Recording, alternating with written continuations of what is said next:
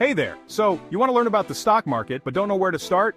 You're in the right place. In the next 2 minutes, I'll break down the basics for you. Let's get started. First off, what is the stock market?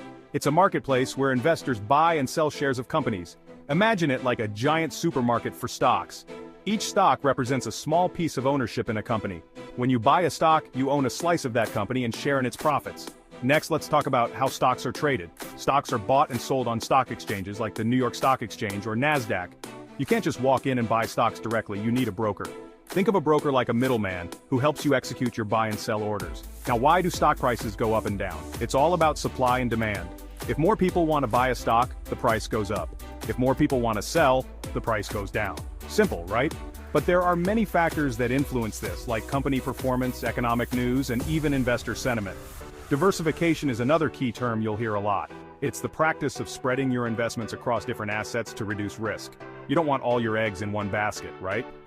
By diversifying, you're protecting yourself from losing everything if one investment tanks. And finally, let's touch on dividends. Some companies share a portion of their profits with shareholders in the form of dividends. It's like getting a bonus just for owning the stock. And that's it. You've just learned the basics of the stock market in 2 minutes. Remember, investing takes time and research, but starting with the basics puts you on the right path. If you like this quick dive into the stock market, hit that subscribe button